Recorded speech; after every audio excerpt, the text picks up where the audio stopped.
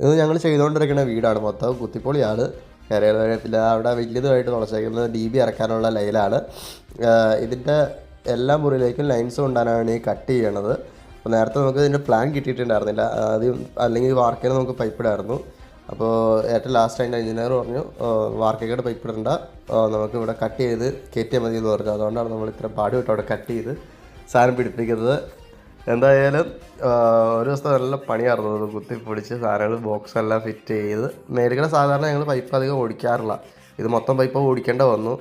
എന്തായാലും ഇനി സാധാരണ ചെയ്യുന്ന ഒരു ബോക്സ് ഇങ്ങനെ വെക്കുക, മേളിൽ ഡ്രോപ്പ് ഇറക്കി പോരുക. മെയിനിൽ നിന്ന് ഡ്രോപ്പ് ഇറക്കി, പിന്നെ മെയിൻ പൈപ്പുകളല്ലാത്ത സബ് ലൈറ്റുകളില്ലേ, അതായത് ലൈറ്റിലേക്ക് പോണതും ഫ്രിഡ്ജ് അങ്ങനെയുള്ള സ്ഥലത്തേക്ക് പോകുന്ന പവർ അങ്ങനെയാണ് ലൂപ്പ് ചെയ്ത് സാധാരണ കൊടുക്കാറ്. പക്ഷേ കസ്റ്റമർ നേരത്തെ അങ്ങനത്തെ ഒരു ഇത് തന്ന കാരണം ഞങ്ങൾക്ക് ഇങ്ങനെ ചെയ്യേണ്ട വന്നു.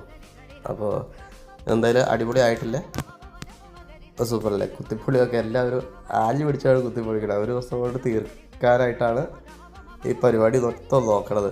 ഞങ്ങൾ 3-4 പേരുണ്ട്.